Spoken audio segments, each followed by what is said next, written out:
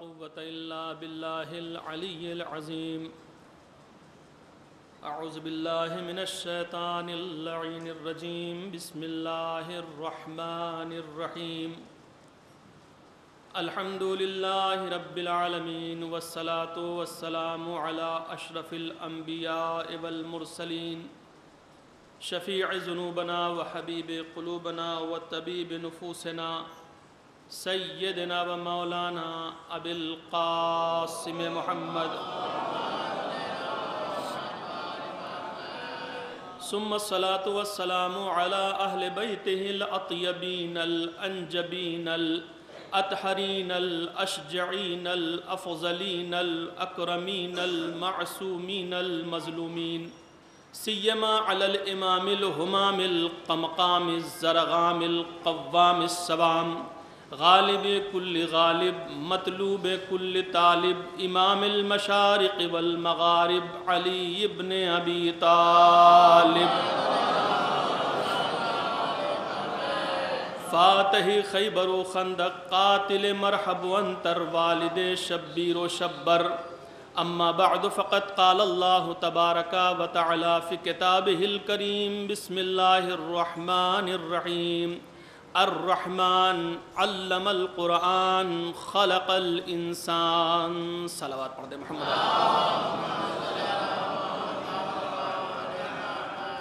آپ حضرات سے گزارش ہے کہ ایک مرتبہ سورہ الحمد اور 3 مرتبہ سورہ توحید کی تلاوت فرما کر سید ذکی حسن ابن سید نقی حسن کو ایصال فرما دیں. بسم اللہ الرحمن الرحیم. ایاک نعبد و ایاک نستعین. الرحمن الرحیم. قل هو اللہ احد. بسم اللہ الرحمن الرحیم. قل هو اللہ احد اللہ الصمد. صلی علی محمد.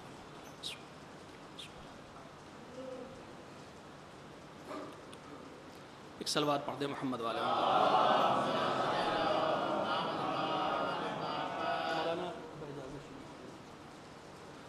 بہرحال بزرگوار تشریف فرما ہیں اور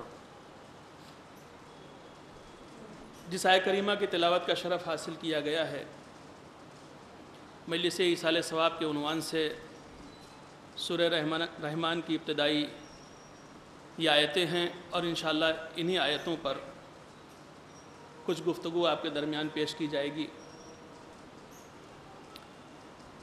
سورہ رحمان قرآن مجید کا وہ مشہور سورہ ہے جس میں خداوند کریم نے اپنی مختلف نعمتوں کا ذکر کیا ہے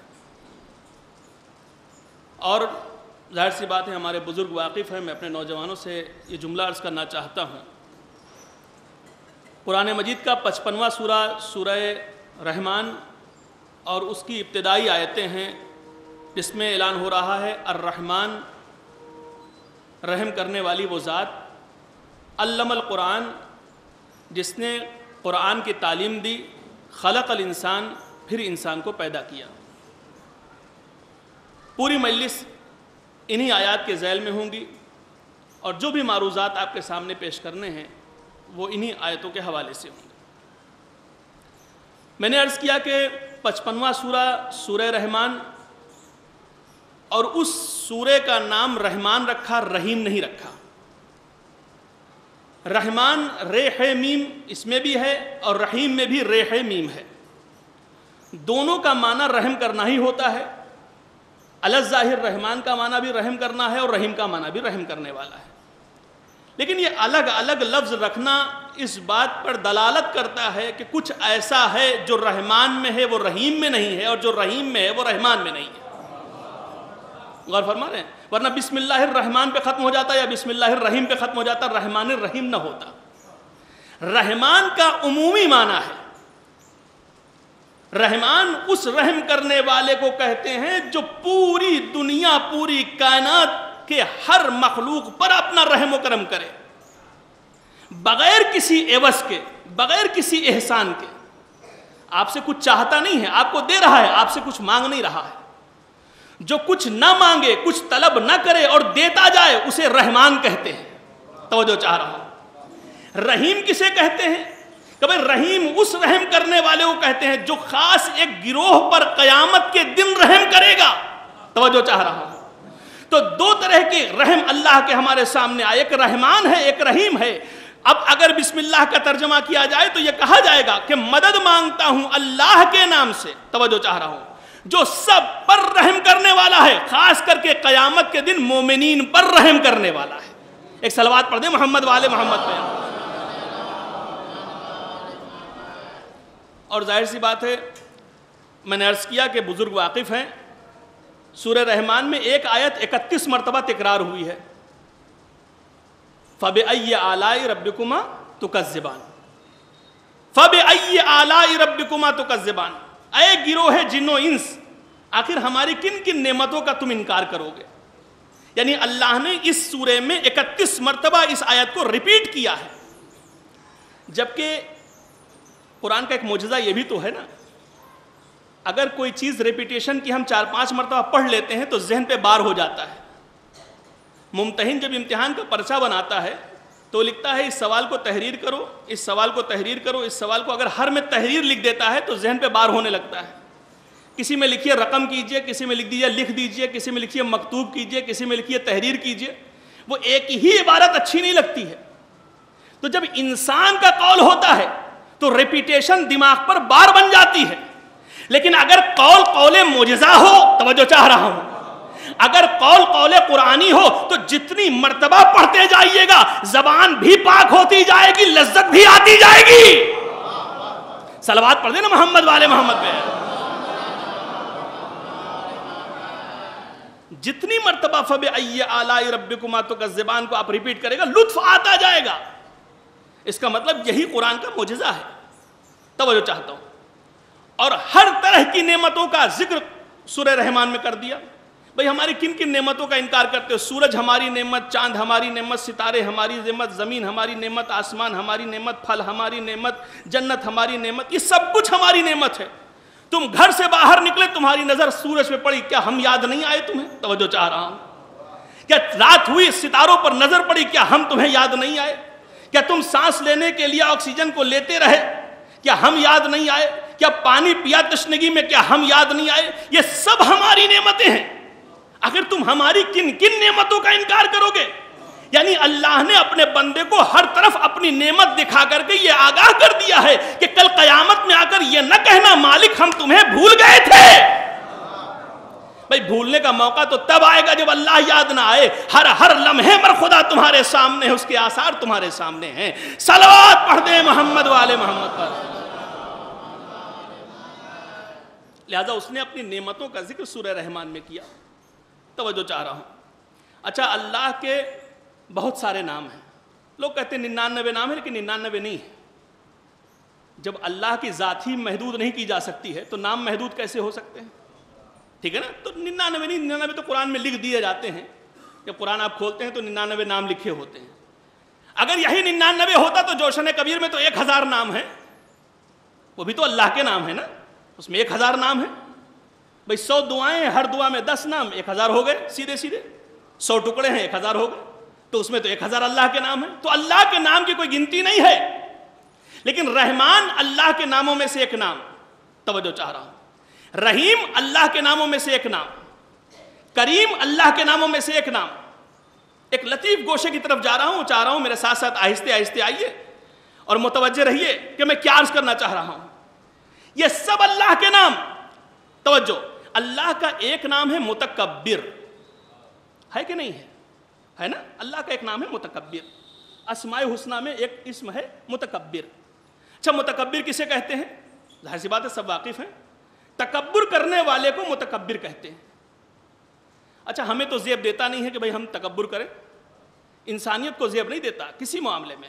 دولت میں اضافہ ہو گیا تکبر، حیثیت میں اضافہ ہو گیا تکبر، پیسے میں اضافہ ہو گیا تکبر، بچے اچھے نکل گئے تکبر، پوسٹ اچھی ہو گئی تکبر۔ ہمیں زیب نہیں دیتا، کبریائی فقط اسے زیب دیتی ہے۔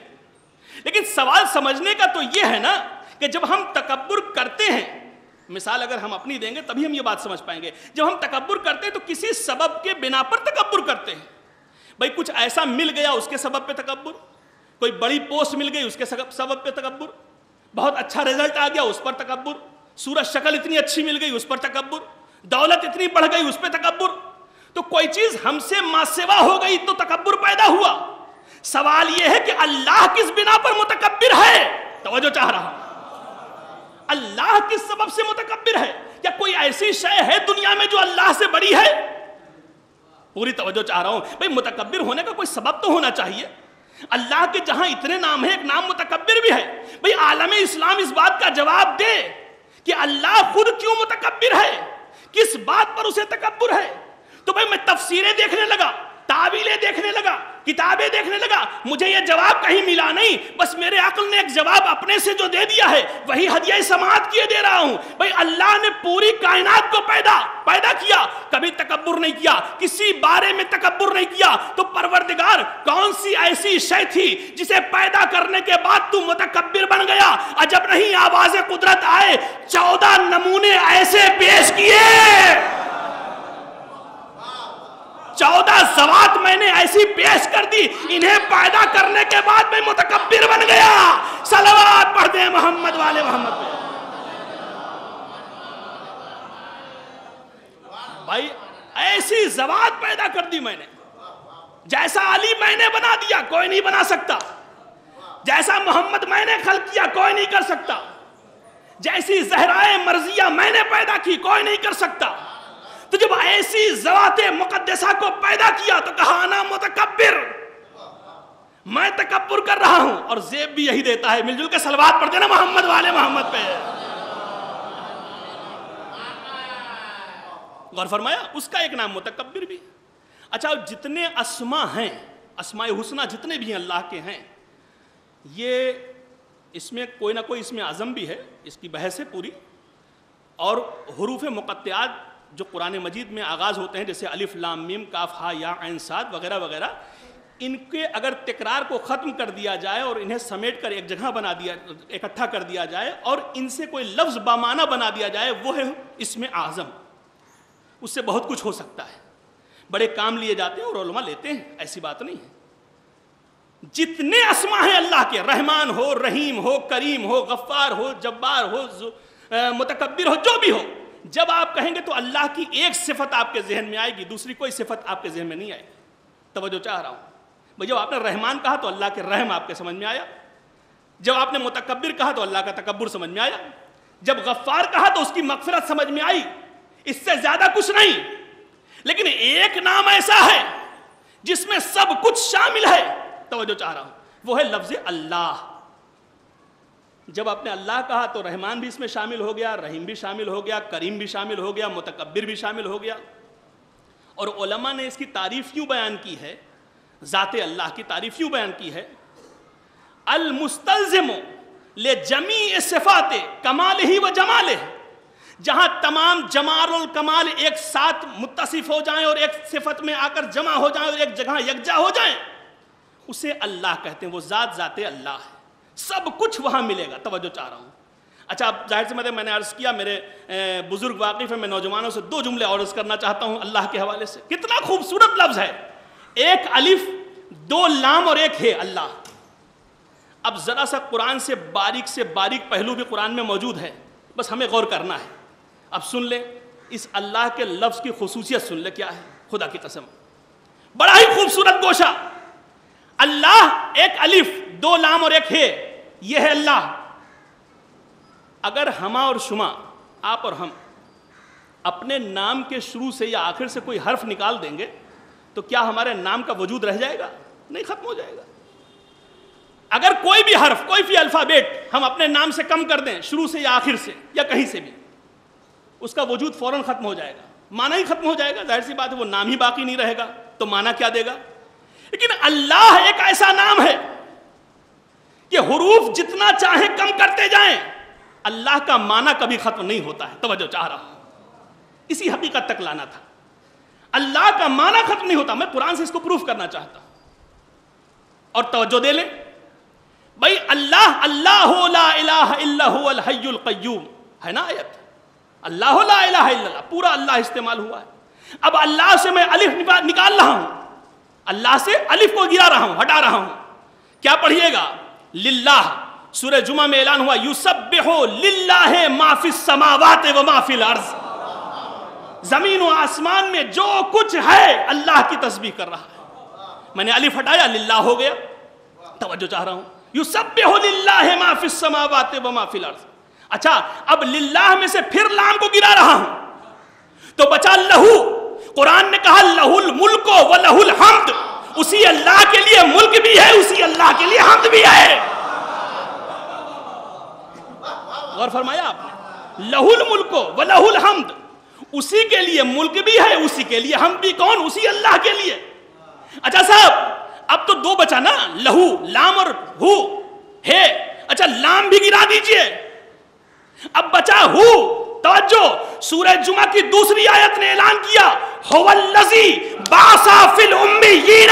توجہ چاہ رہا ہوں بھئی, وہی خدا تو ہے جس نے جاہلوں کے درمیان رسول کو بھیجا.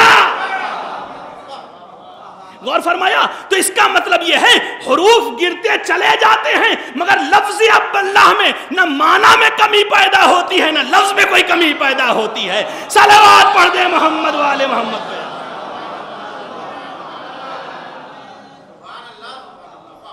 اور یہ بھی بات عرض کر دوں, قبلہ موجود ہیں, روایت میں موجود ہے کہ اگر کوئی بندہ بیمار ہو جاتا ہے اور بستر پر لیٹ کر آہ آہ کہتا ہے تو وہ کسی اور کو نہیں اللہ کو آواز دیتا ہے. کہنا یہ چاہتا ہوں کہ اگر دو لام حذف کر دیے جائیں درمیان کے, شروع کا الف اور آخر کا ہے رکھا جائے تو بھی آہی بنتا ہے جو خود اللہ کا ایک نام ہے. ایک صلوات پڑھ دے محمد والے محمد پہ. یہ آہ میں بھی خدا موجود ہے. تو کیا ارشاد ہوا؟ الرحمن علم القرآن خلق الانسان. ٹھیک ہے نا, کتنا رحم کرنے والا ہے. کبھی پتہ لگایا بھئی توحید پہ تو کبھی گفتگو ایسی ہو نہیں پاتی. ظاہر سی بات ہے ممبروں سے خشک موضوع بیان نہیں کیے جاتے ورنہ عوام سننے کے لیے تیار نہیں ہوتی. لیکن میں چاہ رہا ہوں اس توحید میں ولایت کی چاشنی لگا کر پیش کر دوں. توجہ چاہ رہا ہوں بھئی, اس توحید کو آپ تک پہنچانے کے لیے ولایت کی چاشنی سے کام لے لوں گا اور بات پہنچا دوں گا جو کہنا چاہ رہا ہوں. ظاہر سی بات ہے بھئی اللہ کو کبھی پہچانا. دو طرح سے عبادت ہوتی ہے. ایک عبادت وہ ہوتی ہے کہ ہم نے اللہ کو پہچانا ہے پھر سجدہ کر رہے ہیں, اور ایک عبادت وہ ہوتی ہے کہ ابا پڑھتے تھے تو ہم بھی پڑھتے ہیں, دادا پڑھتے تھے تو ہم پڑھتے ہیں, دادی پڑھتی تھی تو ہم پڑھتے ہیں. توجہ چاہ رہا ہوں. دو طرح سے عبادت ہوتی ہے. تو بھائی اللہ نے اس عبادت کو ہرگز طلب نہیں کیا کہ دادا پڑھتے تھے تو تم پڑھو, دادی پڑھتی تھی تو پڑھو, والد پڑھتے تھے تو نہیں. دیکھ لو, سیکھ لو ان سے, مگر اپنی خود کی معرفت پیدا کرو. توجہ چاہ رہا ہوں, معرفت اپنی ہونی چاہیے, تم معرفت پیدا کرو. سوال یہ ہے بھائی عبادت میں, توجہ چاہ رہا ہوں, عبادت میں اور عادت میں ایک نقطے کا فرق ہے. توجہ چاہ رہا ہوں, عبادت میں اور عادت میں ایک نقطے کا فرق ہے. اگر بے کو ہٹا لو, توجہ چاہ رہا ہوں, اگر بے کو ہٹا لیا جائے تو عبادت عادت بن جاتی ہے. اگر چاہتے ہیں کہ عبادت عبادت رہ جائے تو بے کو ہمیشہ شامل حال رکھیے.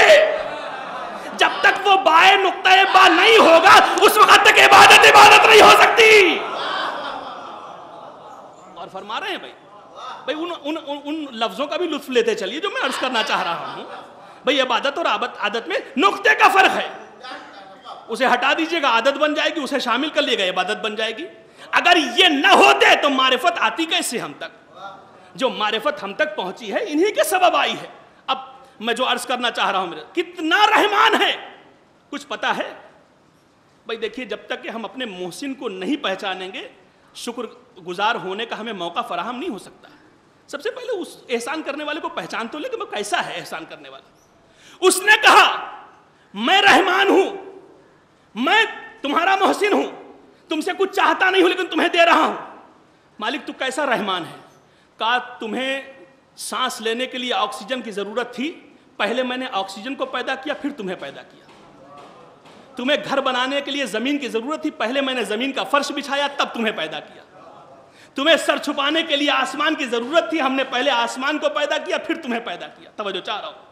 تمہیں زندہ رہنے کے لیے پانی کی ضرورت تھی, میں اتنا بڑا رحمان ہوں, پہلے میں نے پانی کو پیدا کیا پھر تمہیں پیدا کیا.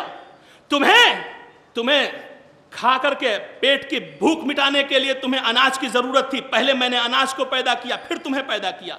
اچھا ایک بات بتائیے، کیا سب سے بڑی ضرورت کا نام کھانا ہے؟ کیا ہماری سب سے بڑی ضرورت کھانا ہے؟ کیا ہماری سب سے بڑی ضرورت مکان ہے؟ اس کے بغیر کام نہیں چل سکتا؟ چل سکتا ہے۔ تو اب جا کر پوچھئے علماء سے کہ ہماری سب سے بڑی ضرورت ہے کیا؟ تو وہ کہیں گے سب سے بڑی ضرورت کا نام ہے ہدایت۔ توجہ چاہ رہا ہوں، سب سے بڑی ضرورت کا نام ہے ہدایت۔ ظاہر سی بات ہے، وہ کہہ رہا ہے میں رحمان ہوں، ضرورتوں کو پہلے پیدا کرتا ہوں، تمہیں بعد میں پیدا کرتا ہوں۔ پانی کی ضرورت تھی، پانی پہلے پیدا کیا، تمہیں بعد میں پیدا کیا۔ آسمان کی ضرورت تھی، پہلے پیدا کیا، تمہیں بعد میں پیدا کیا۔ سورج کی ضرورت تھی، سورج پہلے پیدا کیا، تمہیں بعد میں پیدا کیا۔ تو جب سب سے بڑی ضرورت کا نام ہدایت ہے تو یہ کیوں نہیں مانتے کہ کوئی ہادی تھا جب ہم نہیں تھے؟ بھئی یہ بھی بات تو ماننی ہوگی نا کہ جب ہم نہیں تھے تو کوئی تھا، جو وہ کوئی تھا اسی نے کہا اولو ما خلق اللہ نوری، اللہ نے سب سے پہلے میرے نور کو پیدا کیا ہے۔ صلوات پڑھ دیں محمد والے محمد، ہے نا بھئی؟ اس نے یہ اعلان کر دیا ہے نا کہ جو چیز تمہاری ضرورت کی ہوگی وہ پہلے بنے گی، تم بعد میں آؤ گے۔ اچھا، اور آج ہم جس عہد میں زندگی گزار رہے ہیں 2016 میں، جس عہد میں، جس زمانے میں زندگی گزار رہے ہیں، وہ جو اللہ نے ہمارے آنے سے یعنی انسانیت کے آنے سے پہلے پیدا کیا تھا وہ سب کچھ موجود ہے، اور ہم ہیں اور وہ موجود ہے۔ یعنی ہم ہیں، کہنا یہ چاہ رہا ہوں، ہم ہیں، سورج ہے، ہم ہیں، ستارے ہیں، ہم ہیں، زمین ہے، ہم ہیں، آسمان ہے، ہم ہیں، آکسیجن ہے، ہم ہیں، پانی ہے۔ توجہ چاہ رہا ہوں۔ اچھا، اور اب اپنا وقت پورا کر کے ہم چلے جائیں گے، 60 سال، 70 سال، 80 سال، 100 سال، یہ وقت پورا کیا، ہم چلے گئے۔ جب ہم چلے گئے تو کیا ہمارے جاتے ہی سورج ختم ہو جائے گا؟ کیا چاند مٹ جائے گا؟ توجہ چاہ رہا ہوں۔ کیا ستارے ختم ہو جائیں گے؟ نہیں۔ تو ہم نہیں تھے، توجہ، تو یہ تمام چیزیں تھیں، آج ہم ہیں، یہ تمام چیزیں ہیں، کل ہم چلے جائیں گے، یہ چیزیں رہ جائیں گی۔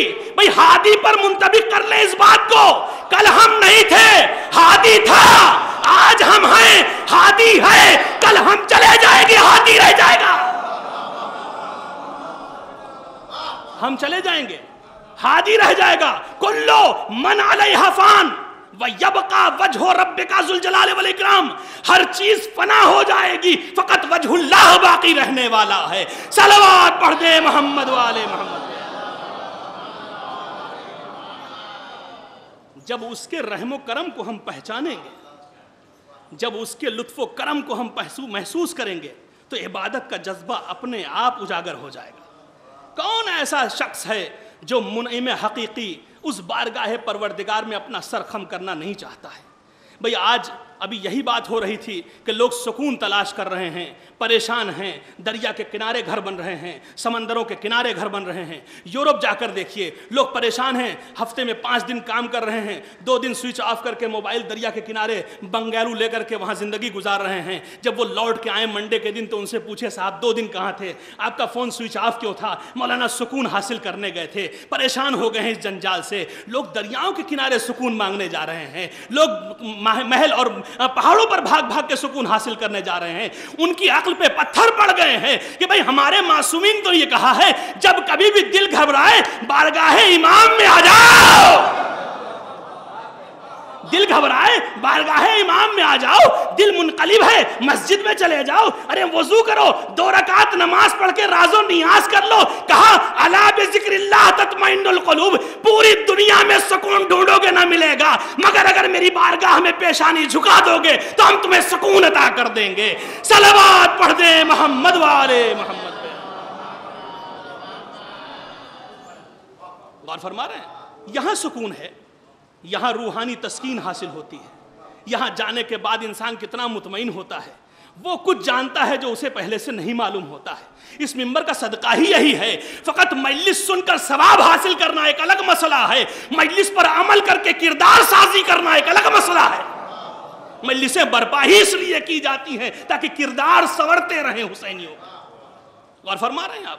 تو الرحمن علم القرآن خلق الانسان۔ اب آئیے تھوڑا سا اس آیت کے ذیل میں بھی غور کر لیں۔ کہا وہ رحمان ہے، میں نے بتایا کیسا رحمان ہے، علم القرآن، جس نے پہلے قرآن پڑھایا، خلق الانسان، پھر انسان کو پیدا کیا۔ اچھا بس انہی 2 آیتوں پر میں بات کو روک رہا ہوں اور غور کر لیں۔ پہلے قرآن پڑھایا پھر بھیجا، ٹھیک ہے نا، یہی دو جملے تو ہیں، علم القرآن خلق الانسان۔ اچھا عجیب بات ہے، ہر تربیت سے پہلے رحم ضروری ہے، اسے قرآن کی تربیت دینی تھی، لہٰذا کہا الرحمن۔ اگر رحم نہیں ہوگا تو تربیت نہیں کی جا سکتی ہے، اسی لیے اللہ نے ماں کے جھولی میں ممتا کی رحم کی بھیک ڈال دی ہے کہ وہ بچوں کی تربیت کرنے سے عاجز نہ آ جائے۔ اس نے کہا نا رحمان، کون رحمان؟ جس نے قرآن کی تربیت کی پہلے، پھر انسان کو پیدا کیا۔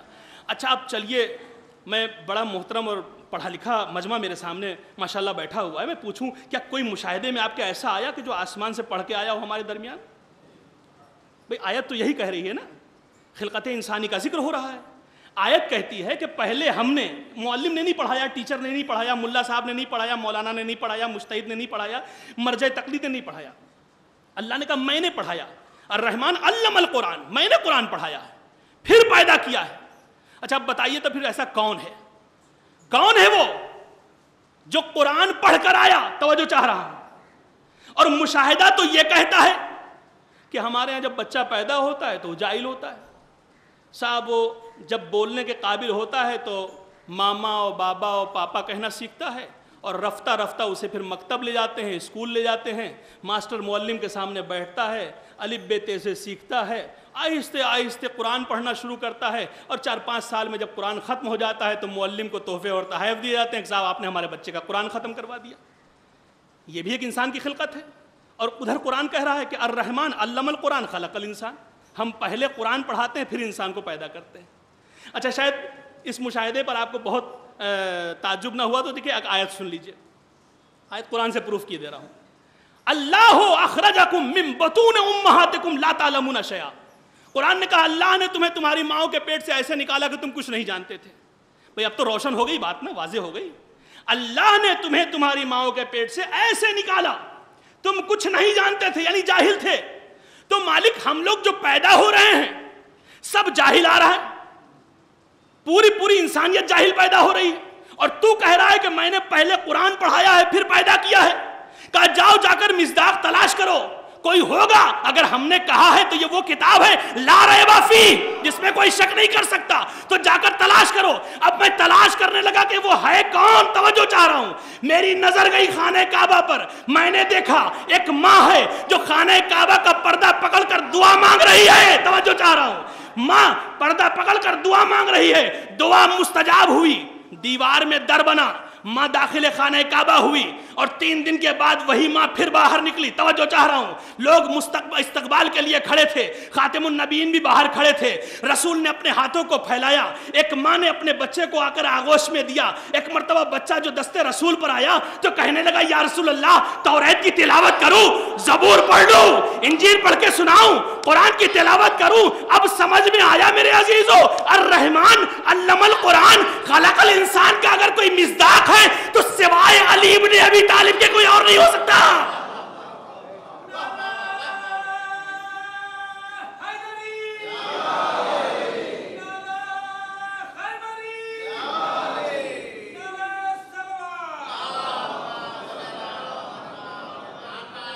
یہ ایک مصداق سامنے ہے، خارجی مصداق سامنے ہے، جس نے آتے ہی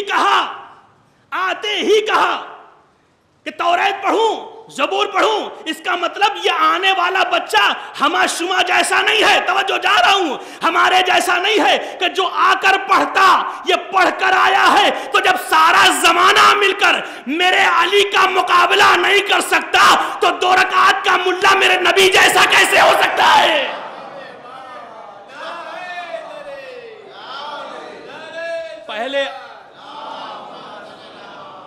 پہلے زمانہ علی جیسا بن کے دکھائے، پھر نبی کی بات ہے۔ بھائی نبی کا مرتبہ تو علی سے بھی بلند ہے نا، وہ خاتم النبیین ہیں، وہ سید و سردار ہیں۔ تو وہ ایک بچہ جو مصداق آیت بنا، الرحمن علم القرآن خلق الانسان، پہلے قرآن حاصل کر لیا پھر. اچھا اب یہاں پر بڑے اعتراضات اور شبہات ہوتے ہیں, میں ان اعتراضات اور شبہات میں نہیں جا رہا ہوں, خالی ایک جملہ عرض کرنا چاہتا ہوں, اور وہ یہ ہے, کہنے لگے صاحب اتنا چھوٹا بچہ, کہنے لگے صاحب 3 دن تک تو آنکھ ہی نہیں کھولی تھی خانہ کعبہ میں, اور مولانا لوگ ممبر سے بیان کرتے ہیں کہ جیسے رسول کے آغوش میں آئے اور آنکھیں کھول دیں اور فوراً کلام کرنے لگے, اور توریت پڑھوں اور زبور پڑھوں. یہ سب بات سمجھ میں نہیں آتی. ٹھیک ہے, تو اب اسی کو سمجھانا چاہ رہا ہوں 2 جملوں میں.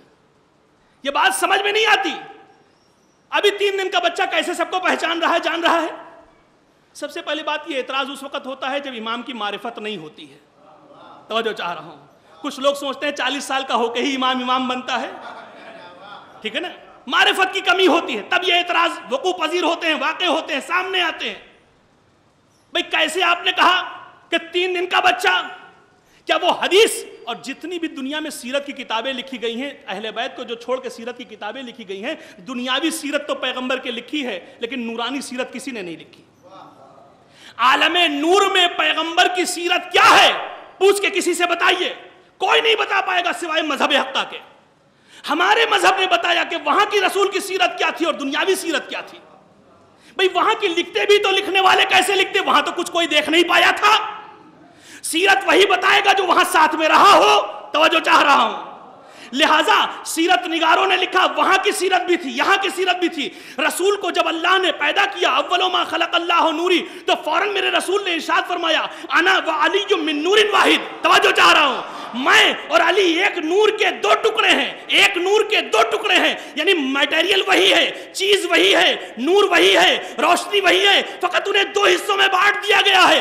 جو نور عالم نور میں 2 حصوں میں بانٹا گیا تھا, وہ خانہ کعبہ میں آ کر پھر ایک ہو گیا.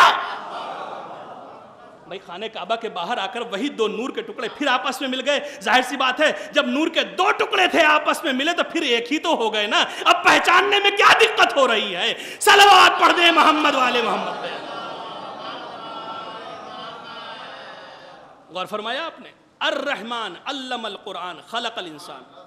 اور ایسا معبود حقیقی, خدا کی قسم, اگر کوئی انسان نمازی نہیں ہے تو آپ یقین جان لیجئے کہ وہ واقعی احسان فراموش ہے.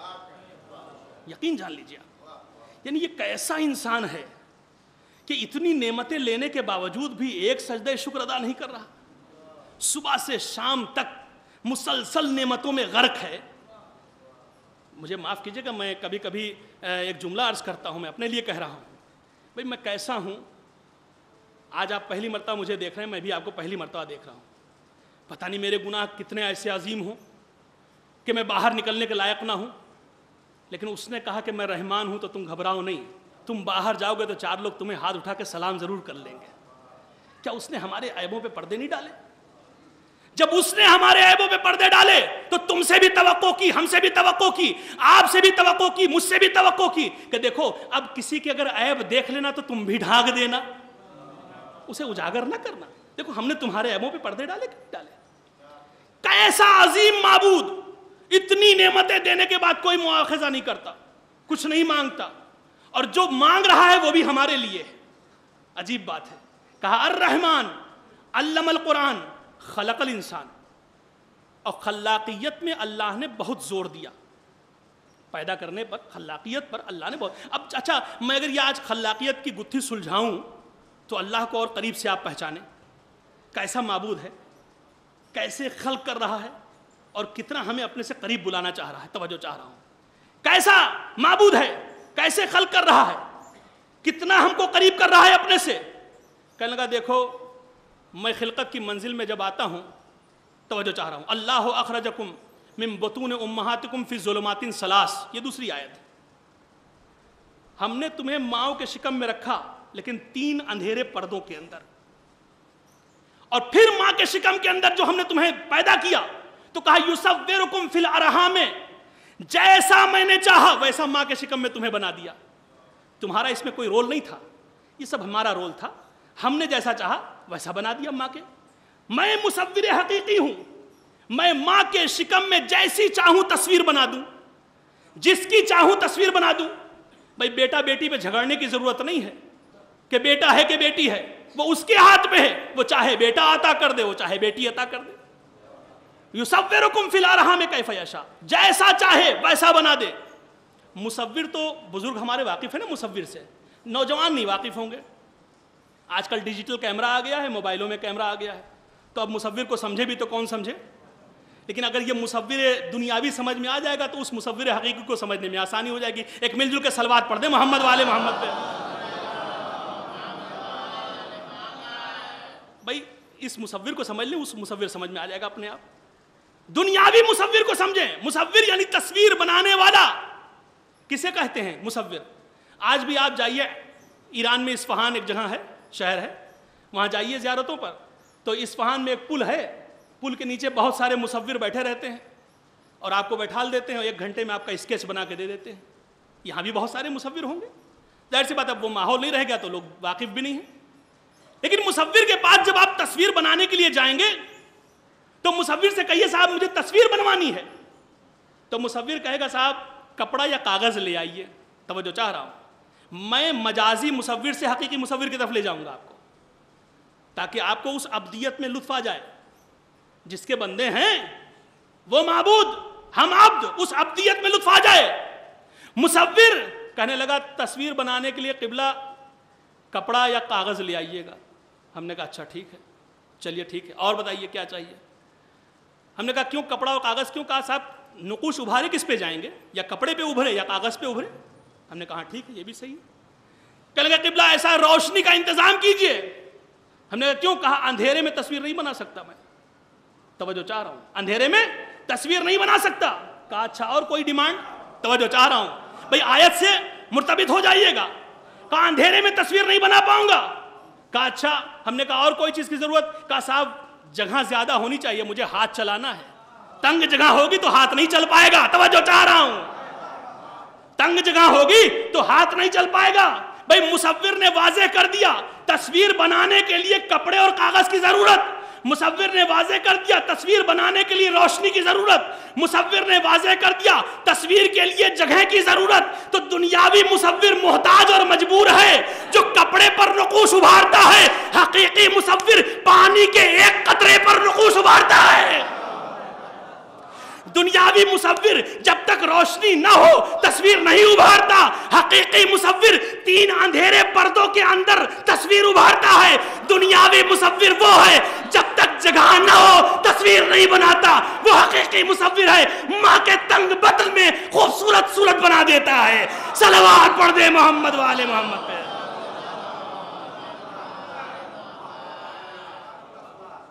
حقیقی مصور ہے نا، یہ دنیاوی مصور ہے.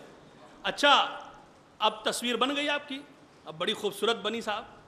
آپ نے دیکھا، آپ نے کہا کیا کہنا صاحب، لگ رہا ہے بول دے گی، لیکن بولے گی نہیں ہے نا. بول دے گی، بولے گی نہیں. بڑی کوشش کی اس نے، بڑی اچھی کاریگری دکھائی. تو دنیاوی مصور جتنی بھی محنت کر لے اس کی تصویر گونگی ہوگی، بہری ہوگی، اندھی ہوگی، لولی ہوگی، لنگڑی ہوگی.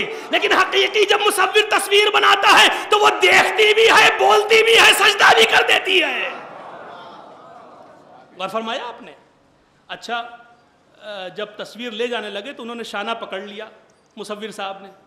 کہا قبلہ لے تو جا رہے ہیں، 2-3 باتیں آپ کو بتا دوں، خیال رکھیے گا. ہم نے کہا فرمائیے. کہا پوری توجہ چاہ رہا ہوں. کہنے لگا لے جا رہے ہیں، لے جائیے، سنیے دیکھیے پانی سے بچائیے گا. ہم نے کہا کیوں؟ کہا اگر پانی پڑ جائے گا تو تصویر دھندلی ہو جائے گی. توجہ چاہ رہا ہوں، میں بڑا پڑھا لکھا میرے سامنے محترم مجمع بیٹھا ہوا ہے. کہا بچا لیجئے گا پانی سے، انشاءاللہ تصویر ہمیشہ باقی رہ جائے گی. میں نے کہا ٹھیک ہے پانی سے بچا لوں گا. کہ جناب آگ سے بھی بچائیے گا، جل جائے گی تو وجود ہی ختم ہو جائے گا. میں نے کہا بھیا بچا لوں گا. کہا اچھا ایسا کیجئے فریم کروائیے، پہلے پلاسٹک لیمینیشن کروائیے پھر فریم کروا لیجئے گا. میں نے کہا کیوں؟ کہا اس پر ڈسٹ نہ بیٹھ جائے، مٹی نہ پڑ جائے. مٹی سے بھی بچا لیجئے گا. میں نے کہا اور؟ کہا آندھیوں سے بھی بچا لیجئے گا ورنہ اڑ جائے گی، ہوا سے محفوظ رکھیے گا. تو دنیاوی توجہ آخری آدمی تک، یہ جملہ میں دے رہا ہوں، آخری آدمی تک سن لیجئے. دنیاوی مصور جب تصویر بنا چکا تو تصویر جس کے ہاتھ میں ہینڈ اوور کی اس سے بتا دیا کہ دیکھو ہوا، پانی، آگ، مٹی، ان چاروں سے تصویر بچاؤ گے تب محفوظ رہے گی. وہ حقیقی مصور جس نے ہوا، پانی، آگ، مٹی سب کو ملا کر کے تصویر بنا دی.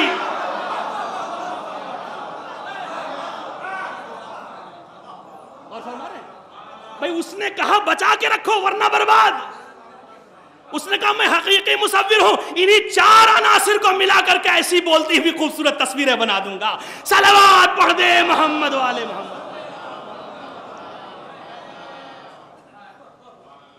شکر گزار ہوں کہ آپ بہت توجہ سے جملوں کو سماعت کر رہے ہیں. غور فرمایا. اچھا, اور کیا اللہ کا یہ کرشمہ کم ہے؟ کیا یہ کم ہے؟ اتنے ہی لوگ ماشاءاللہ محترم مومنین اور عزاداران امام حسین بیٹھے ہوئے ہیں یہاں پر, اور ہمارا چہرہ جو ہے یعنی پیشانی سے لے کر یہ ٹھڈی تک ایک بالش کا ہوتا ہے کہ نہیں؟ میں تو اس کی خلاقیت بتا رہا ہوں کہ اس کی خلاقیت ہے کیا. یہ رموز و اسرار جو میں نکال رہا ہوں بار بار, یہ اسی لیے تاکہ آپ کو وہاں تک پہنچا دوں, اس توحید کے پیرائے تک پہنچا دوں جہاں تک لے جانا چاہ رہا ہوں.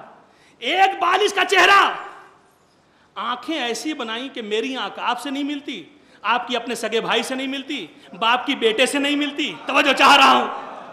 آنکھیں ایسی بنا دی. سب چہرہ ایک بالش کا چہرہ ہے. ایک بالش کے چہرے میں ناک ایسی بنا دی کہ وہ ان کے خاندان میں نہیں ملتی, وہ ان کے خاندان میں نہیں ملتی, باپ کی بیٹے سے نہیں ملتی, بیٹے کی باپ سے نہیں ملتی, ماں کے بیٹے سے نہیں ملتی, بیٹی کی ماں سے نہیں ملتی. ٹھیک ہے, تو آنکھیں ایسی بنائی جو کسی سے میچ نہیں کر رہی. توجہ چاہ رہا. اور کتنی بڑی انسانیت ہے, کب سے چلا ہے کارواں انسانیت کا. بھئی آدم سے پہلے سے چلا ہے, آج تک چلتا چلا آ رہا ہے. ٹھیک ہے نا. لیکن ایک بالش کے چہرے میں اس نے اپنی خلاقیت کے جوہر دکھائے. توجہ چاہ رہا ہوں کہ آنکھ سے آنکھ نہیں ملتی, چہرے سے چہرہ نہیں ملتا, زبان سے زبان نہیں ملتی, رفتار سے رفتار نہیں ملتی, گفتار سے گفتار نہیں ملتی, کان سے کان نہیں ملتا, عادت سے عادت نہیں ملتی. خداوند عالم نے کہا قیامت تک, توجہ, قیامت تک آنے والے جتنے انسان پیدا کروں گا ایسے پیدا کروں گا, ایک کی آنکھ دوسرے سے نہیں ملے گی, ایک کا چہرہ دوسرے سے نہیں ملے گا, ایک کی تشبیہ دوسرے سے نہیں دی جا سکتی, مگر 14 ایسا پیدا کر دوں گا, 14 ذوات ایسی پیدا کر دوں گا جن کا چہرہ ایک ہوگا, رنگ ایک ہوگا, رفتار ایک ہوگی, گفتار ایک ہوگی. ایک وہ وقت آئے گا جب رسول کو کہنا پڑے گا اولنا محمد واوسطنا محمد واخرنا محمد وکلنا محمد. صلوات پڑھ دے محمد والا.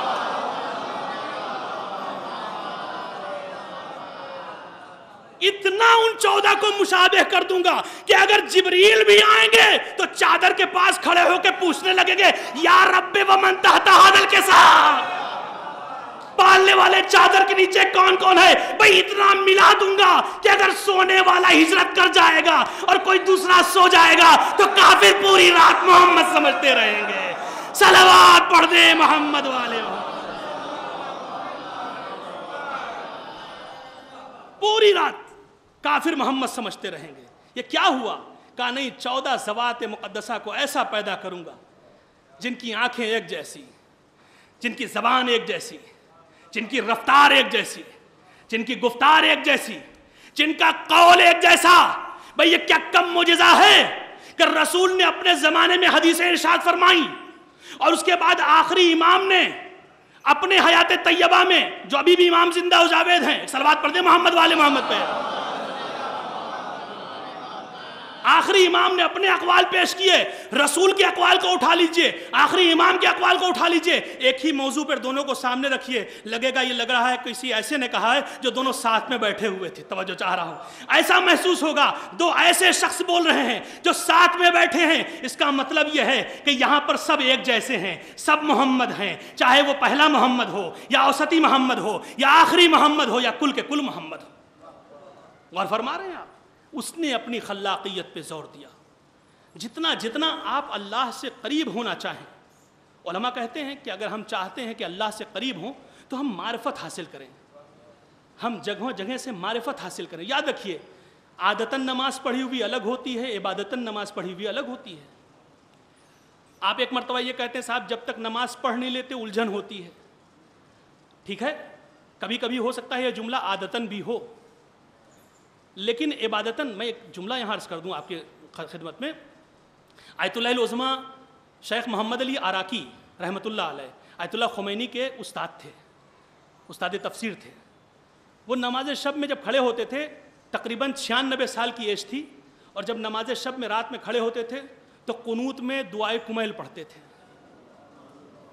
اب یہ کون سا جذبہ تھا ان کے اندر, کیا تھا ان کے اندر؟ پہ تحقیق کرنے کا موضوع ہے، اور بارہا لوگوں نے دیکھا سنا. میں بھی اس وقت وہاں موجود تھا ایران میں جب آغا حیات تھے، تب رات میں کھڑے ہو کر آخری رکعت میں نماز شب کی دعائے کمیل پڑھ رہے ہیں. صاحب یوں بیٹھ کے پڑھا جاتا ہے 45 منٹ لگتا ہے. یہ کیا ہوتا ہے؟ جب انسان فنا فی اللہ ہو جاتا ہے، جب انسان لقاء فی اللہ ہو جاتا ہے، جب انسان اپنے کو اللہ کی بارگاہ میں پوری طریقے سے سونپ دیتا ہے، تب اسے وقت کا پتہ نہیں چلتا. وہ صرف اپنے محبوب کو دیکھا کرتا ہے. اس کی نظر میں فقط اپنا عاشق ہوتا ہے، اس کے نظر پر فقط اپنا معشوق ہوتا ہے. وہ وقت پر نظر نہیں کرتا. ہم آج ان مجلسوں سے لے کے آ جائیں. ان مجلسوں میں سب سے بڑا تحفہ یہ ہے کہ اگر ہمیں حسین سے قریب ہونا ہے تو ہمیں خدا سے قریب ہونا ہوگا. وہ انسان جو اللہ سے قریب نہیں ہے وہ حسین سے قریب ہونے کا دعویٰ کر ہی نہیں سکتا. چونکہ سرکار سید الشہداء نے فرمایا کہ میری جو بھی ایکٹیویٹی ہے سب اللہ کے لیے ہے. میں نے جو کچھ زندگی گزاری اللہ کے لیے گزاری. ظاہر سی بات ہے بہت وقت درکار نہیں ہے اور میں بہت وقت لینا بھی نہیں چاہتا ہوں. سنیں کچھ جملے اور. تو اگر اللہ سے، اگر علی والا ہے، سچا مولا کا چاہنے والا ہے، تو اسے یہ پروف کرنا ہوگا کہ میں سچا اللہ والا ہوں.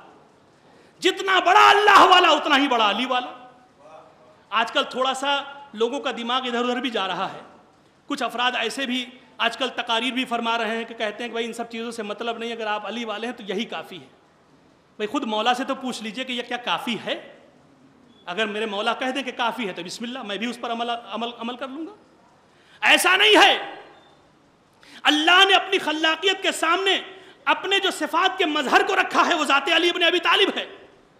اب میرے مولا کی زندگی کو دیکھتے جائیے، عمل کرتے جائیے، جیسے جیسے علی نے کیا ویسے ویسے ہم بھی کرتے جائیں. بھئی علی اس ذات والا صفات کا نام ہے کہ جسے یہ بھی برداشت نہ تھا کہ شہادت کے دن ان کا ہی دشمن نماز سے غافل رہ جائے. ابن ملجم کو جگانے کا کیا مطلب تھا کہ اٹھ جا تیری نماز قضا ہو رہی ہے؟ یہ کیا تھا؟ یہ میرے مولا نے بتا دیا کہ دیکھو میں علی ہوں اور یہ میرا دشمن ہے، مجھے معلوم ہے کہ یہ مجھے قتل کر دے گا، لیکن علی یہ برداشت نہیں کر سکتا کہ علی کا دشمن اپنی نماز قضا کر دے. ٹھیک ہے؟ تو عبادتوں میں اگر ہم غافل رہ جائیں گے تو پھر دعوی محبت چھوٹ جائے گا. اب سنیں کچھ حدیث. میں مولا کائنات کے فضائل سے مصائب کی طرف چلا جاؤں گا. کچھ حدیث سن لیں جو کام کی حدیث ہیں.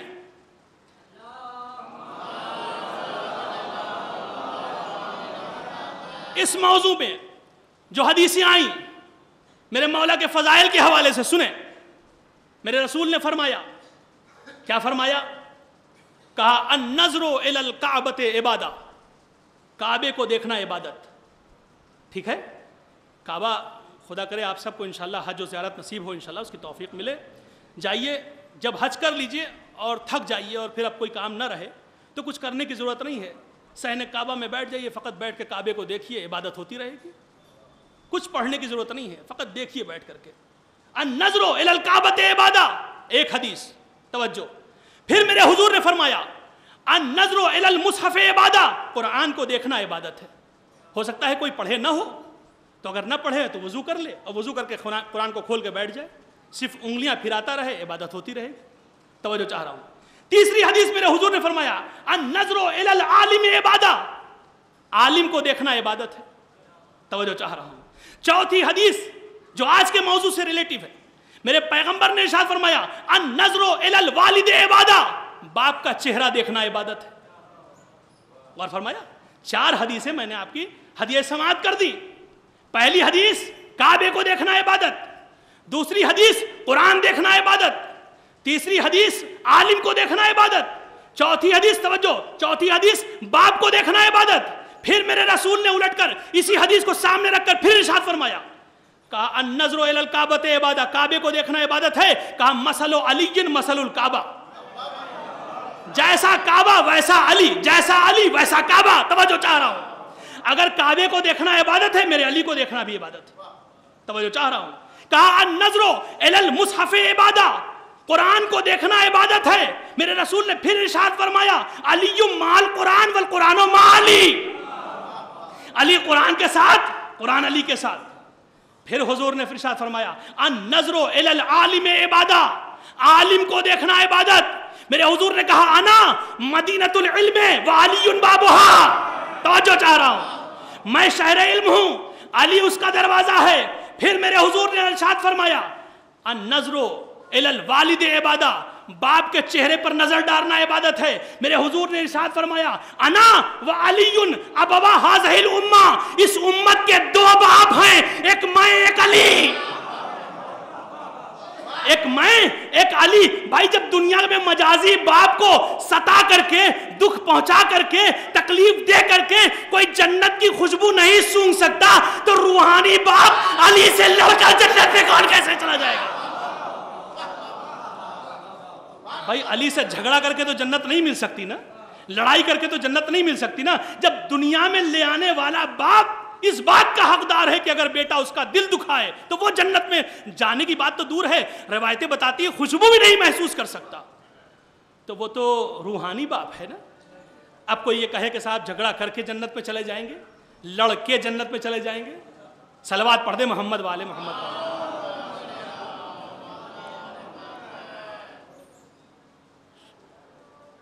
ایک اور صلوات پڑھ دے محمد والے محمد۔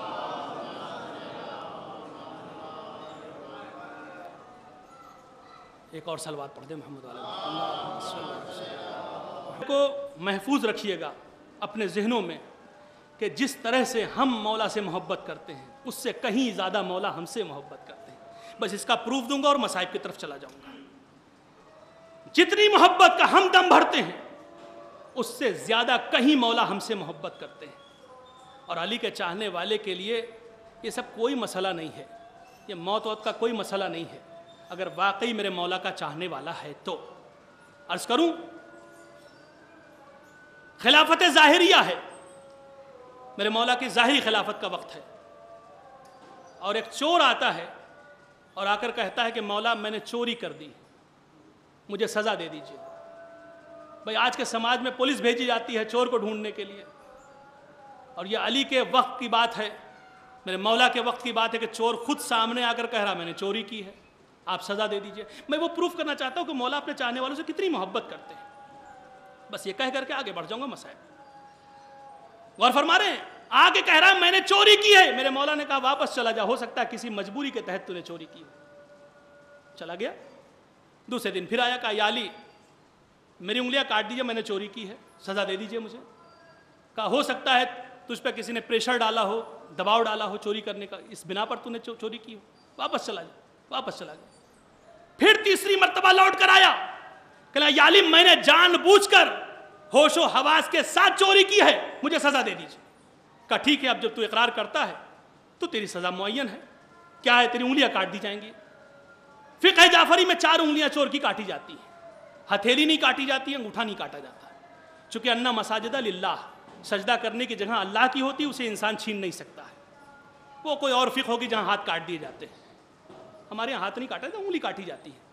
مولا نے کہا امام حسن امام حسین صاحب سے کہ بیٹا انتظام کرو، ان کی انگلی کاٹ دی گئی۔ توجہ چاہ رہا ہوں، حبشی کی انگلی کاٹ دی گئی، 4 انگلیاں زمین پر گری، اس نے ان 4 انگلیوں کو اٹھایا، ہاتھ سے خون ٹپک رہا ہے، کوفے کی گلی کوچوں میں نکل گیا اور میرے مولا کا قصیدہ پڑھنے لگا۔ توجہ چاہ رہا ہوں، جس علی نے انگلیاں کاٹی اس علی کا قصیدہ پڑھتے ہوئے نکلا۔ بھائی کیا ہو گیا، علی کا قصیدہ پڑھ رہا ہے۔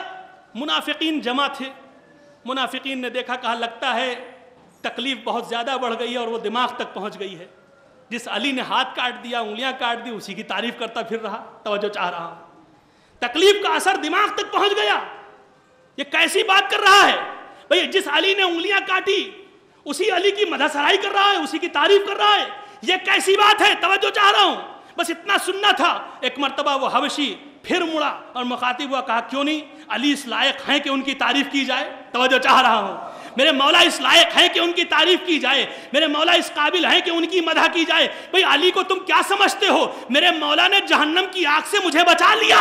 توجہ چاہ رہا ہوں، بھئی علی نے مجھے جہنم کی جلتی ہوئی آگوں کے شعلوں سے بچا لیا ہے، تو میں تعریف نہ کروں؟ علی نے تو مجھے جزا اور جو سزا دے کر کے میرے گناہ معاف کروا دیے ہیں، اور تم کہتے ہو ان کی تعریف نہ کروں۔ توجہ چاہ رہا ہوں، یہ خبر کسی نے آ کے میرے مولا سے بتا دی۔ مولا وہ جس کی انگلی بھی آپ نے کاٹی تھی نا، وہ گلی کوچوں میں آپ کے قصیدے پڑھ رہا ہے۔ کہا تھا جاؤ امام حسن سے، کہا جاؤ بیٹا حسن اسے بلایا، بلا کے لے آؤ۔ امام حسن گئے، اور اسے بلا کر لے آئے. اب متوجہ رہیں عزیزو, امام حسن گئے, بلا کر لے آئے, آیا سامنے, کہا میں نے سنا ہے تو میرا قصیدہ پڑھ رہا ہے, میری تعریف کرا. کہا مولا آپ اس قابل ہیں کہ آپ کا قصیدہ پڑھوں, آپ کی تعریف کروں. کہا اچھا. کہا میں نے تیری انگلیاں کاٹی. کہا مجھے معلوم ہے, بس اب توجہ چاہ رہا ہوں. بس ایک مرتبہ میرے مولا نے کہا لا تیری کٹی ہوئی انگلیاں کہاں ہیں؟ دوسرے ہاتھ میں انگلیاں تھی. میرے مولا نے اپنے دست مبارک میں انگلیوں کو لیا اور سیدھے کر کے رکھا اور کہا اپنا ہاتھ رکھ دے. اس نے اپنے ہاتھ کو رکھا, توجہ, اپنے ہاتھ کو رکھا. میرے مولا نے دست مبارک کو رکھا, ایک جملہ کہا اور جملے ختم ہوا.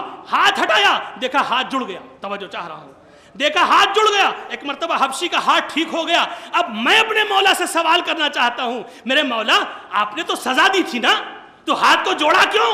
توجہ چاہ رہا ہوں بھائی, یہ تو جوڑتے نا, کاٹ دیا تھا تو کاٹ دیا تھا, پھر جوڑنے کی کیا ضرورت تھی؟ عجب نہیں مولا آواز دیں کہ بھائی جو کاٹا تھا وہ اس کے گناہ کی سزا تھی, جوڑ دیا ہے یہ میرے محبت کی جزا ہے, وہ میرے محبت کی جزا ہے.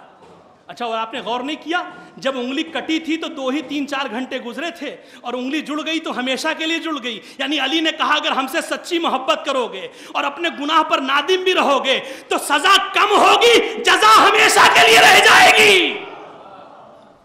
بس اس بات کو مد نظر رکھیں. ہماری ہر ایکٹیویٹی ہمارے صاحب زمانہ کے سامنے, ہمارا ہر عمل ہمارے امام کے سامنے. ظاہر سی بات ہے ایک مرد مومن کے ایصال ثواب کی مجلس ہے, جنہوں نے بہترین زندگی گزاری, آپ زیادہ واقف ہیں ان سے, زیادہ آشنا ہے. اور مجلسوں کا جو سلسلہ ہوتا ہے وہ اسی لیے تاکہ ہماری روحانی غذا فراہم ہو جائے. ہم یہاں سے اٹھیں تو کچھ لے کر جائیں, ہم یہاں سے اٹھیں تو کچھ لے کر اپنے دامن میں کچھ لے کر جائیں.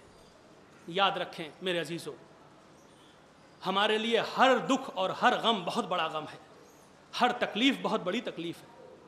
لیکن ہاں, جب کبھی بھی کوئی غم کا احساس ہوتا ہے, کوئی دکھ اور کوئی تکلیف کا احساس ہم میں ہوتا ہے, تو ہم فوراً کربلا کو دیکھ لیتے ہیں. کربلا وہ نمونہ ہے, ایسی جگہ ہے, ایسا مارکا ہے کہ خدا نخواستہ اگر کوئی بچہ ہمارے درمیان سے اٹھ جاتا ہے تو اب سکون حاصل ہو تو کیسے ہو, تو علی اصغر کو دیکھ لیا کرتے ہیں. کوئی کڑیل جوان اگر خدا نخواستہ دنیا سے چلا گیا ہو تو علی اکبر کی طرف نظر چلی جاتی. کوئی 34 برس کا بھائی اگر دنیا سے چلا جائے تو عباس پر نظر پڑتی ہے, اور اگر کسی کا بابا مار دیا جائے تو حسین پر نظر چلی جاتی. خدا کی قسم, جو لوگ کربلا گئے ہیں انہیں احساس ہوگا اس بات کا. ایک عجیب و غریب واقعہ ہے, چاہتا ہوں 2 منٹ کا ہے, سن لیں اور آپ بہت گریہ کریں گے. کربلا لوگ جاتے ہیں تو پیدل بھی چلنے کا رواج ہے, نجف سے کربلا یا کربلا سے نجف, زیادہ تر لوگ نجف سے کربلا پیدل جاتے ہیں. ایک قافلے میں لوگ نجف سے کربلا پیدل جا رہے تھے. ایک ضعیف انسان بھی تھا جو پیدل چل رہا تھا, لیکن ظاہر سی بات ہے ضعیفی تھی, دھوپ بہت تیز تھی, تو وہ چل رہا تھا اور جب تھک جاتا تھا تو کہیں بیٹھ جاتا تھا, پھر تھوڑی دیر کے بعد چلتا تھا, پھر تھک جاتا تھا, پھر بیٹھ جاتا تھا. ایک شخص پیچھے غریب انسان پیچھے اس کے ساتھ چل رہا تھا. جب وہ کہیں پتھر پہ بیٹھ جاتا تھا تو وہ سامنے آ کر اس کے ایسے کھڑا ہو جاتا تھا, ہاتھ کو جوڑ کر کے سامنے کھڑا ہو جاتا تھا. اور پھر جب وہ چلنے لگتا تھا تو وہ بھی پیچھے چلتا تھا. آگے جانے کے بعد جب وہ پھر بیٹھتا تھا تو پھر اس کے سامنے ایسے کھڑا ہو جاتا تھا. کافی دیر تک یہ سب ہوتا رہا. تو جو زائر تھا, جو ضعیف زائر تھے, وہ کہنے لگے بھائی یہ تو بتاؤ کہ ہم سمجھ نہیں پا رہے ہیں, نجف سے تم میرے ساتھ چل رہے ہو اور جہاں کہیں میں بیٹھتا ہوں تم آ کے فوراً میرے سامنے کھڑے ہو جاتے ہو, آخر یہ بات کیا ہے؟ سنیں گے ان کا جملہ کیا ہے. کہنے لگے میں بڑا غریب انسان ہوں, میرے پاس دینے کے لیے کچھ بھی نہیں ہے, لیکن میں دیکھ رہا ہوں کہ آپ میرے مولا کی زیارت کے لیے جا رہے ہیں, دھوپ بہت تیز ہے, جب آپ پتھر پہ بیٹھتے ہیں تو آپ کو دھوپ بہت تیز لگتی ہے, اس لیے میں اپنے پشت پر آپ کی دھوپ روک لیتا ہوں کہ آپ میرے مولا کی زیارت کرنے جب پہنچے تو بہت تھکن میں نہ رہے, بس اسی لیے میں آ کے کھڑا ہو جاتا ہوں. آپ جب بیٹھتے ہیں تو میں سامنے کھڑا ہو کر آپ کے اوپر آنے والی دھوپ کو روکتا ہوں. اے مولا کے عزادار, تم کتنے خوش قسمت ہو کہ ہر انسان کو اس بات کا احساس ہے کہ حسین کی زیارت کے لیے جا رہا ہے.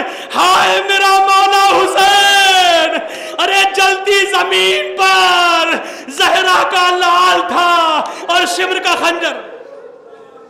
جزاکم اللہ خیر الجزا. خدا کوئی غم نہ دے سوائے غم مظلوم کربلا کے. مظلوم کربلا کا یہ مصائب تمام علماء کو بڑا پسند ہے. آیت اللہ مرشی نجفی نے بھی کہا تھا کہ جب میرا انتقال ہو جائے تو میرا امامہ کھول دینا، ایک سرا میرے تابوت میں باندھ دینا، ایک سرا ذریعہ فاطمہ معصومہ میں باندھ دینا اور حسین کی خیمے سے رخصتی پڑھ دینا.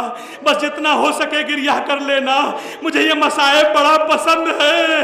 ارے ہاں، حسین کی رخصتی کلیجہ پھٹنے لگتا ہے جب میرا مولا کہتا ہے بہن زینب ارے وہ پیراہن لے آؤ جو اماں اپنے ہاتھ سے رکھ کر گئی. اے بہن وہ کرتا لے آؤ، وہ پیراہن لے آؤ جسے اماں اپنے ہاتھوں سے رکھ کر گئی ہے اور کہہ کے گئی ہے حسین جب آخری وقت کے لیے خیمے میں آنا تو اسے زیب تن کر لینا. زینب وہ پیراہن لے کر کے آئی، حسین نے زیب تن کیا. سن سکے تو سنے. ایک مرتبہ بیوی نے دیکھا جا بجا پیراہن پھٹا ہوا تھا. کہنے لگی بھیا پھٹا پیراہن پہننے کا کیا سبب ہے؟ کہنے لگے بہن ارے میری شہادت کے بعد میرا کپڑا لوٹا جائے گا، ارے اس لیے پوسیدہ لباس پہنا ایک لاش عریاں نہ ہونے پائے. جزاکم اللہ خیر الجزا. خدا کوئی غم نہ دے سوائے غم سرکار سید الشہداء کے. دو جملہ سنے اور میں نے زحمت تمام کر دی. ہاں وہ وقت بھی آ گیا کہ اب حسین خیمے سے باہر نکلنے لگے. بیویوں نے حلقے میں لیا، حسین سے فریاد کیا، میرے مولا باہر نکلنے لگے. مقتل میں لکھا ہے کہ 3 سال کی ایک بچی دوڑ کر کے آئی اور بابا کے دامن کو پکڑ کر لپٹ گئی. کہنے لگی بابا صبح سے جو گیا ہے کوئی واپس تو نہیں آیا. میرے بابا میں مقتل میں نہ جانا، بابا تم جاؤ گے تو واپس نہ آؤ گے، بابا سکینہ یتیم ہو جائے گی. بس یہ جملے سننے تھے. مظلوم کربلا نے گود میں اٹھایا، بچی کو پیار کیا اور سمجھایا کہ میری بیٹی اب قیامت میں ملاقات ہوگی، اب محشر میں ملاقات ہوگی. ہاں مگر سکینہ خیال رکھنا اگر رات میں نیند نہ آئے تو نشیب کی طرف چلی آنا. آؤ حسین کو سوار کرو، علی اکبر آؤ بابا کو سوار کرو، قاسم آؤ بابا کو امو کو سوار کرو، ایون محمد آؤ مامو کو سوار کرو.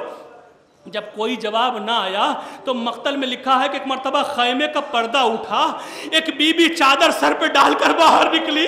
کہنے لگی بھیا ابھی زینب زندہ ہے. اور ایک مرتبہ شانہ پکڑا، ارے ذوالجناح پہ سوار کیا اور زینب نے ایک جملہ کہا. علامہ جوادی تحریر کرتے ہیں، کہتے جناب زینب نے کہا کہ بھیا میں سوار تو کر رہی ہوں، تمہیں مقتل میں کون اتارے گا؟ اور ایک آواز آئی اے زینب ارے تم سوار کر دو، جب میرا بچہ پشتے فرس سے زمین پر گرے گا تو دکھیاری ماں فاطمہ زہرا ارے اپنے آغوش کو پہلا دے گی اور آواز دے گی آ میرے حسین میں تجھے اپنی آغوش میں. ان للہ و انا الیہ راجعون. رضاً بقضائه وتسلیما لامره. اللهم انی اسألک بحق الزہراء وابیها وبعلها وبنیها وسر المستودع فیها ان تصلی علی محمد وآل محمد وان تفعل بما انت اہل ولا تفعل بما انا اہل یا ارحم الراحمین. خدا تجھے واسطہ ہے محمد وآل محمد کا ہماری اس قلیل مختصر سی عبادت کو اپنی بارگاہ میں قبول فرما. میرے معبود تجھے واسطہ ہے محمد وآل محمد کا. دیکھیے روایات میں ہے کہ جب آنکھوں سے غم سرکار سید الشہداء میں آنسو نکل آتے ہیں تو پروردگار عالم استجابت کے دروازے کھول دیتا ہے. لہٰذا میں دعا مانگ رہا ہوں، آپ لوگ بلند آواز سے آمین کہیے. پروردگار عالم ہمارے آنسوؤں کو رومال فاطمہ سلام اللہ علیہ میں جگہ کرامت فرما. جو بیمار انہیں شفائے کامل و عاجل عنایت فرما. جو مقروض ان کو قرض سبک دوش فرما. جو بے اولاد ان کو اولاد نرینہ عنایت فرما. میرے معبود تجھے واسطہ ہے محمد و آل محمد کا جس مرحوم کے ایصال ثواب کی مجلس منعقد کی گئی ہے، میرے معبود ان کے گناہان کبیرہ و صغیرہ کو معاف فرما. ان کے والدین کے گناہان کبیرہ و صغیرہ کو معاف فرما. میرے معبود تجھے واسطہ ہے محمد و آل محمد کا ذکی حسن صاحب کے درجات کو عالی فرما. جوار معصومین میں جگہ کرامت فرما. میرے معبود تجھے واسطہ ہے محمد و آل محمد کا دنیا میں جہاں جہاں بھی شیعان علی حیدر کرار ان کی جان و مال و عزت و آبرو کی محافظت فرما. میرے معبود ایران و عراق شام اور جہاں جہاں بھی ہمارے روزے ہیں ان کی حفاظت فرما، اور جو روزے کے پاسباں ہیں ان کی حفاظت فرما. دشمنان اسلام کو نیست و نابود فرما، اسلام و ایران کا سر بلند فرما، علماء اکرام مراجع تقلید کا سایہ ہمارے سروں پہ باقی رکھ۔ میرے معبود تجھے واسطہ ہے محمد و آل محمد کا ہمارے امام کے ظہور میں تعجیل فرما، ہم کو ان کے اعوان و انصار میں شمار فرما۔ ربنا تقبل منا انک انت السمیع العلیم۔ ایک مرتبہ الحمد اور 3 مرتبہ سورہ توحید کی تلاوت فرما کر مرحوم سید ذکی حسن جعفری ابن نقی حسن صاحب کو ایصال فرما دیں۔ بسم اللہ۔